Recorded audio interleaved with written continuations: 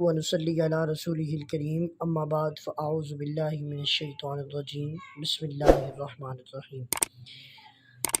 علی وقار اور میرے ہم مکتب ساتھیوں، میری آج کی تقریر کا عنوان ہے عرصہ دہر پہ عرفاں کا سورج چمکا۔ جناب صدر، جب حرص و ہوا کے لالچ اور فانی لذتوں کے انہماک سے دنیا کی اخلاقی حالت بالکل تباہ ہو چکی تھی، اغراض و اوہام کی تہ بتہ مادی کثافتوں کے نیچے دین سماوی کی لطیف روحانیت دب کر رہ گئی تھی۔ آسمانی کتابوں کے چہرے مسخ کیے جا چکے تھے۔ یونانی، ہندی، رومی اور ایرانی عقائد و ادیان سسکیاں لیتے ہوئے انسانیت کو امن و رحمت کا پیغام دینے سے قاصر تھے۔ ہند میں برہمنیت کے سیلاب نے نقش کے گوتم کو مٹا ڈالا۔ روح القدس کی تعلیمات پاپائیت اور جبر و استبداد کی داروگیر میں گھر کر صرف کتاب مقدس کی زینت بن کر رہ گئی۔ افلاطون اور ارسطو کی تعلیم و تعلم کی حد سے آگے نہ بڑھ سکی۔ تعلیم زرتشت کا چراغ ماند پڑ گیا۔ جزیرہ نما عرب کے بسنے والے خلیل اللہ کی روشن تعلیمات بھی فراموش کر چکے تھے۔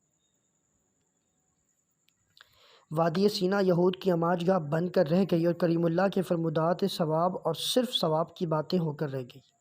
ان روح فرسا حالات میں ایک ایسے نبی کی ضرورت تھی جو صاحب شمشیر بھی ہو اور گوشہ نشین بھی، مفلس و قانع بھی ہو اور غنی دریا دل بھی، صاحب محراب و منبر بھی ہو اور نمونہ صدق و صفا بھی۔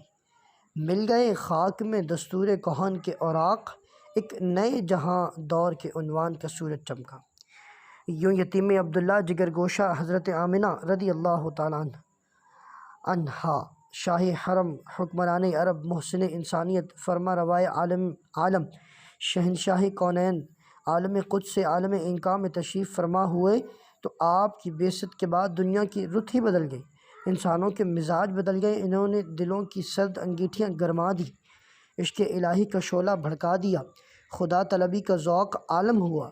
جس طرح برسات یا بہار کے موسم میں رویدگی پیدا ہوتی ہے، نئی نئی کونپلیں نکلتی ہیں، در و دیوار پر سبزہ اگنے لگتا ہے، اسی طرح بعثت محمدی صلی اللہ علیہ وسلم کے بعد قلوب میں نئی حرارت، دماغوں میں نیا جذبہ اور سروں میں نیا سودا سما گیا۔ لاکھوں انسان ایک ہی صحبائے محبت کے متوالے اور ایک ہی مقصد کے دیوانے نظر آنے لگے۔ انسانیت صدیوں کی نیند سے سوتے سوتے بیدار ہو گئی، علم و معرفت کے دریا بہنے لگے، علوم و فنون سے محبت کی جوت جاگ اٹھی، جہالت و وحشت، ظلمت و عداوت کی نفرت پیدا ہو گئی۔ سراب خشک میں باران رحمت کی فراوانی، سراب خشک میں باران رحمت کی فراوانی، کرم ہے داور فردوس کا بعثت محمد کی۔ آپ صلی اللہ تعالی وسلم اس جہان آب و گل میں تشریف لائے تو انسان کا نصیب جاگ اٹھا، مقدر سنور گئے۔ کل تک جو خاک بسر تھے سرفراز ہوئے، کل جنہیں کوئی نگاہ غلط انداز میں سے بھی دیکھنا گوارا نہ کرتا تھا، آج قیصر و کسریٰ خود ان کی ٹھوکر پر تھے۔ وہ جدھر نگاہ اٹھاتے ساری رکاوٹیں دور ہوتی چلی جاتی، جدھر کا عزم کرتے منزلیں ان کے قدم چومنے لگتی۔ آپ کے قدم سے عالم انسانی پر بہار آ گئی، دل کدورتوں اور نفرتوں سے پاک ہو گئے، سینے درد مندی کے خزینے بن گئے، اس لیے کہ آپ نے اشرار کو ابرار بنا دیا، خود پرست خدا پرست ہو گئے۔ جو بھٹکے ہوئے منتشر و درماندہ تھے، اتحاد و اتفاق کا کوہ گراں ثابت ہوئے۔ جن کا شیرازہ بکھر چکا تھا، ان کی وحدت و تنظیم، قوت عمل اور مرکزیت ضرب المثل بن گئی۔ جو یکسر جہل و طغیان میں غرق تھے، ان پر علم اور عرفان کے دروازے کھل گئے۔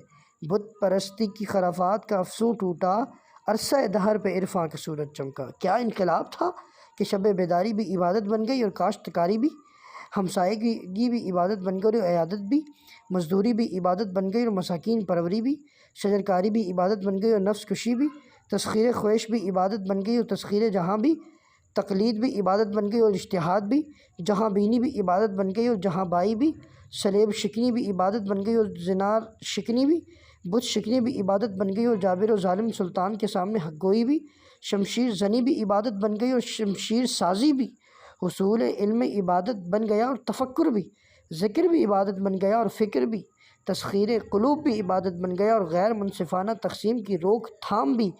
گویا آپ آئے ہیں تو گلشن میں بہار آئی ہے۔ جناب صدر، آپ صلی اللہ علیہ وسلم کے چشم میں مہر، جھک جائے تو حیا، اٹھے تو دعا، ترچھی ہو تو ادا، اور اگر پھر جائے تو قضا بن جاتی ہے۔ تاجدار عرب و عجم کی نگاہ ناز سے ادنا و اعلیٰ قلب و نظر، ذکر و فکر، عقل و عشق یکساں فیض و یاب ہوتے ہیں۔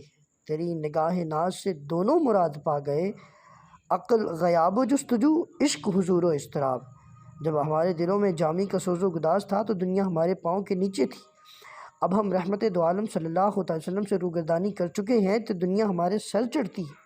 جب دلوں میں تاجدار کونین صلی اللہ علیہ وسلم کی محبت موجزن تھی تو سمندر پار کشتیوں کو نظر آتش کرنا ایک بحکمت کھیل تھا، اور اگر آج ہم مادیت گزیدہ ہو چکے ہیں تو اغیار ہماری زلیخاؤں کے برہنہ اجساد کا تماشا دیکھ رہی ہیں۔ روسی درندوں کا شکار بننے والی ہماری افغان بہنیں کسی طارق اور محمود غزنوی کو پکار رہی ہیں، عافیہ صدیقی کسی محمد بن قاسم کے منتظر ہے، لیکن اس دریدہ پیرہنوں کی ناگفتہ بھی حالت پر کسی کا دل پارا پارا اور جگر پاش پاش نہیں ہوتا۔ صاحب صدر، اگر ہم اپنے مقدر کی سیاہیاں دھونا چاہتے ہیں اور شکست ذلت کو نصرت و عزت میں بدلنا چاہتے ہیں تو ہمیں چاہیے کہ حریم باطل سے اپنے تمام لافانی رشتے توڑ کر رسول عربی صلی اللہ علیہ وسلم کے حضور جھک جائیں۔